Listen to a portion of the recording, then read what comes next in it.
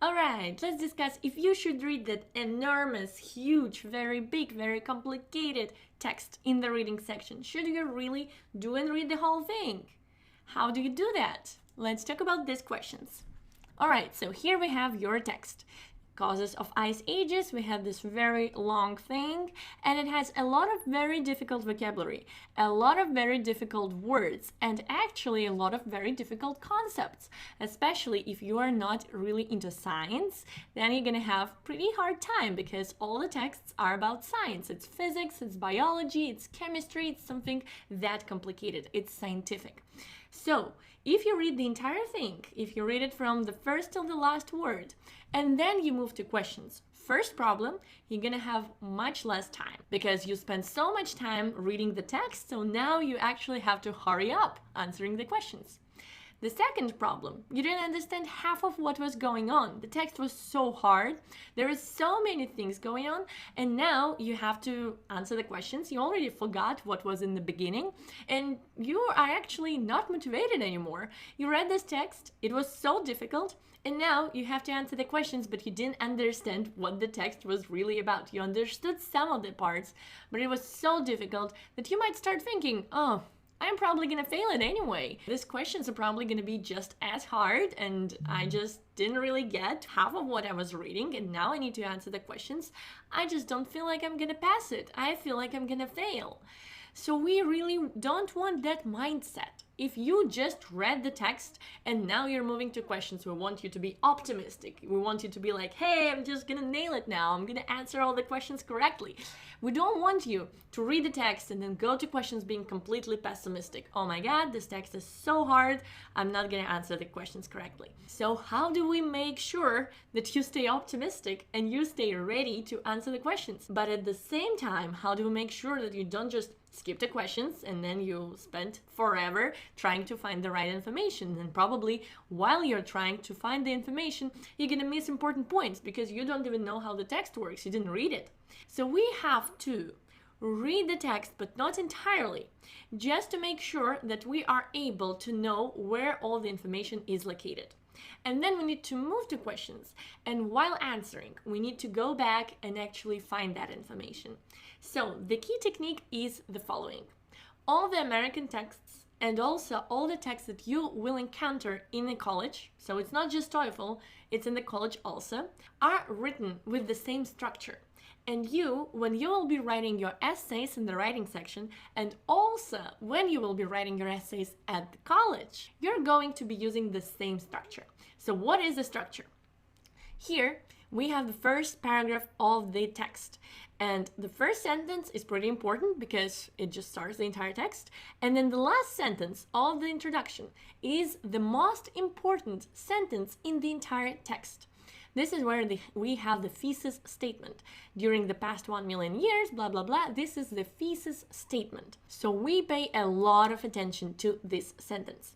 Then we have the first paragraph. And this first sentence of the paragraph, many different factors may contribute, blah, blah, blah, is the heading of the entire information in this paragraph.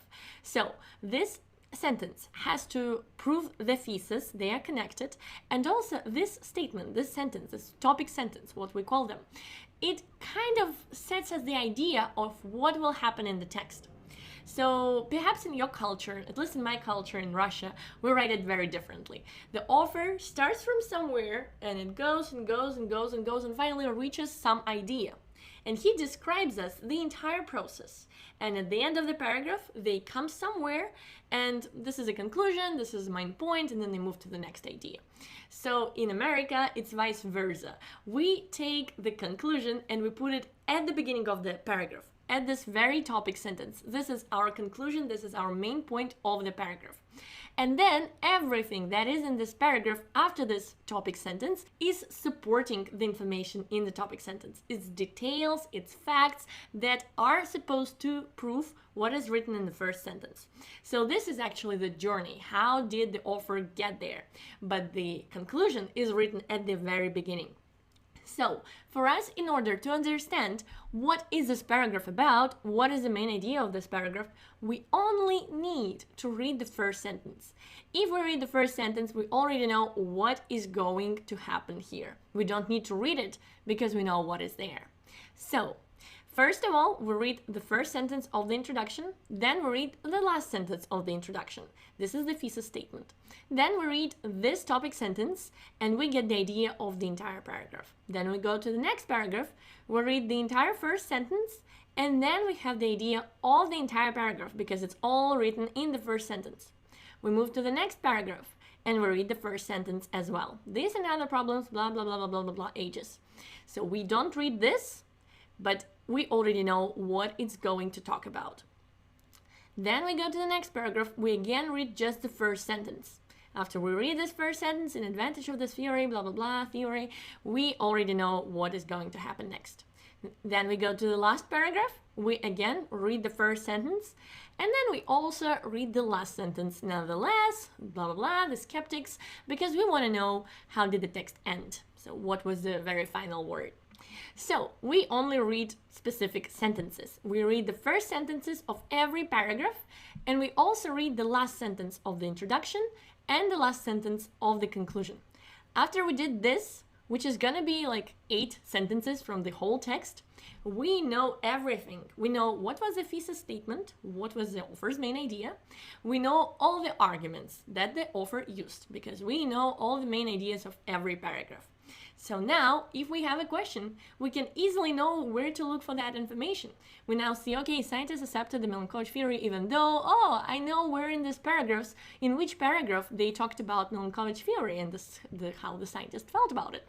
So we go specifically to that paragraph and we already know where to look for that information.